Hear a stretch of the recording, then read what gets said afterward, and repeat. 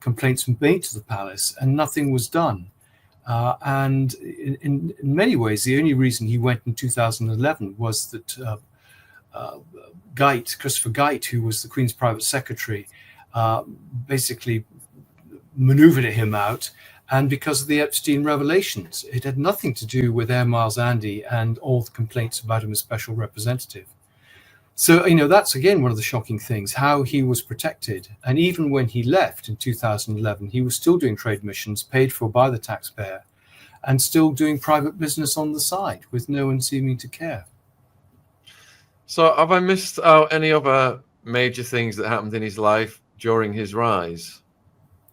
No, I think that those are the main points. He joined the Navy in 1979. He came out 21 years later.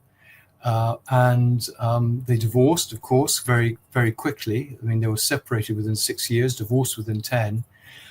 Didn't see a great deal of each other in the early stages of the marriage. And that's why everyone is so perplexed by the fact that they're such good friends now and living together, 26 years after they got divorced. Would you say that he sowed the seeds of his fall somewhere in his rise, or did it all come later? No, I think the signs were there. I mean, even when he was going off on these promotions in the early 80s, he was kind of cocking it up. There was a point where he went to deal with the Lockerbie disaster and made some very injudicious comments. There was a point in Los Angeles in 1982 when he turned a paint gun on the journalists around him, covering their clothes and camera equipment with paint, and had to pay them compensation. So there is almost a sort of built-in self-sabotage with him that is difficult to understand. So no, there were signs early on. And, when I talk to people, as I say, they all said this was an accident waiting to happen. I don't know what you do with him. You couldn't at the age of 40 park him in Balmoral and just leave him alone. But clearly he had to be managed, and he wasn't managed well enough. And what were the reasons that he and Fergie divorced? Well, they were told to divorce by the Queen. Both of them were having affairs. It was all looking pretty unseemly for the public, the Queen thought. I think that two of the worst things that were happening were that she was being caught with a man called Steve Wyatt, who had rather dubious links to Libya and Iraq. And then she was involved with her financial advisor, John Bryan, he was caught sucking her toes in August 1992. So, there were just too many things happening. People were criticizing her as freebie Fergie. There were complaints about her extravagance, not really pulling her weight in the royal family. So there was a sense that, basically she needed to be shunted out. What did you think about the toe sucker's rebuttal to that? Because I listened to him get interviewed, and he said that the kids were there and he was just playing a game, and it wasn't really a toe sucking fetish. Yeah, no, I think he's right. I mean, we all use that shorthand, but I do believe John Bryan, who I interviewed and had dinner with twice, they were playing, he claimed, Cinderella, and he was kissing her feet, and he was very popular with the children, and it was, he was giving her the emotional stability that Andrew couldn't provide.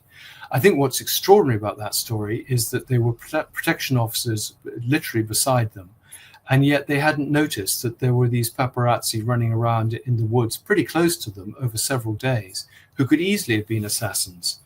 And I think that's one of the themes, that keeps coming up in the book. There's another point where Andrew is trying to seduce this woman in Hawaii, and the woman's husband, has put a private detective onto her, thinking she's having an affair with Kevin Costner, and then finds that actually she's having dinner with Prince Andrew instead.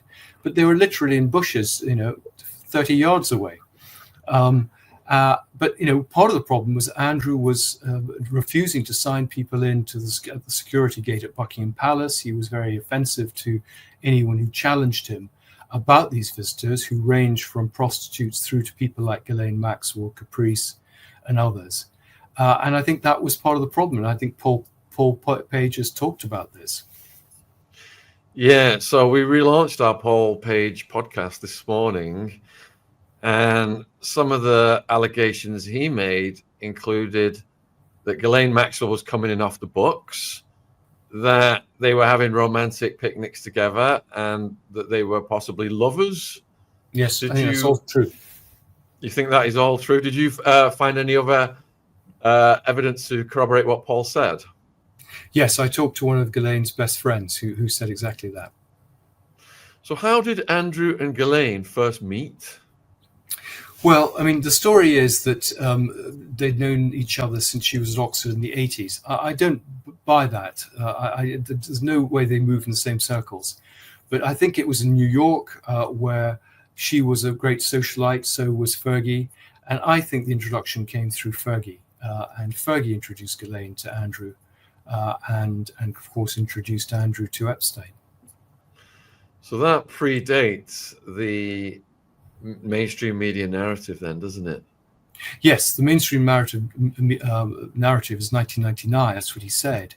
But even Alistair Watson, Andrew's private secretary, has written to the papers saying it was the early 90s. Steve Hoffenberg said it was 1991.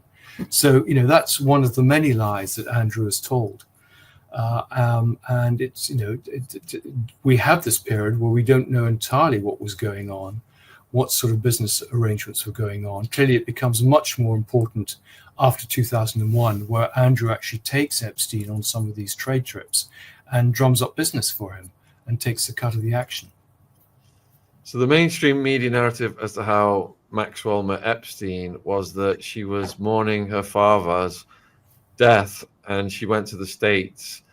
But we interviewed Ari Ben Menashe, and he's possibly going to be coming back on next week as well, viewers. I've been speaking to him recently. And he said that Robert Maxwell, had this massive spy network going, and that Robert Maxwell brought Epstein into the fold, that Ari didn't like him, and Ghislaine and Jeffrey knew each other well before the mainstream saying that it happened when she went to America when she was mourning. Did you ever look into that side of it, the story? A little bit. It's not, because there's such a lot of ground to cover. I didn't. I mean, clearly there's Craig Unger's American Compromat.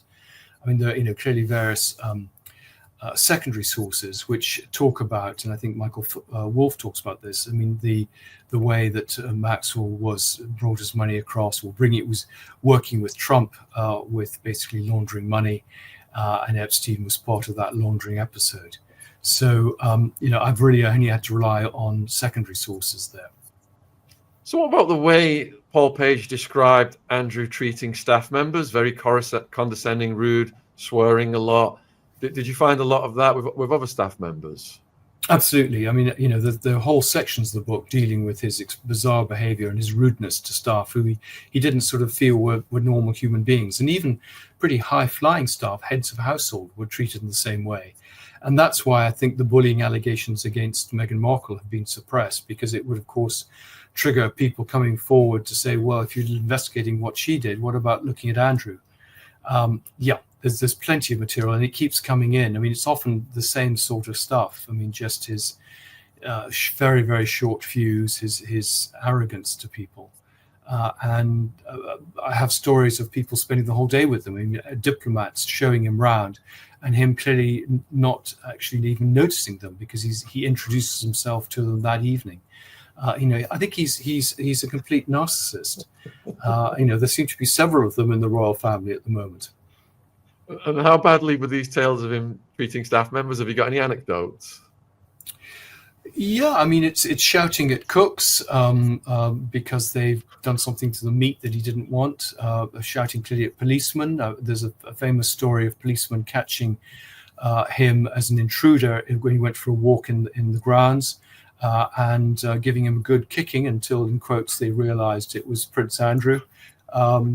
So, I mean, they got their own back. And stories with senior people. I have a story with a man called David Anderson who ran the household at Hillsborough, being told he was a fucking imbecile because he said he called the Queen Mother rather than Her Majesty Queen Elizabeth. There's a story with he's very rude to people like Princess Diana's detective, asking him to move from a window seat on the royal flights because he wanted to have a window seat. Ken Worf said that he was one of the rudest men he met. And actually, if you look at the comments below any of the articles that have appeared recently, they almost all have stories from people recounting his rudeness. It's extraordinary. I mean, most of us try to get on with people and get people to like us. He seems to be absolutely the opposite. If he's got some sort of Tourette's syndrome. So he's rude to everybody. Why did he dovetail with Epstein? Well, Epstein gave him contacts, which is what he said in the Newsnight interview, and of course paid off Fergie's bills and gave him this ready supply of women and gave him the high life. Not many of his friends had islands and ranches and Palm Beach mansions. And for Epstein, here was a useful idiot that it gave him respectability and opened some doors for him because of his trade role. So it was a win-win situation for both of them.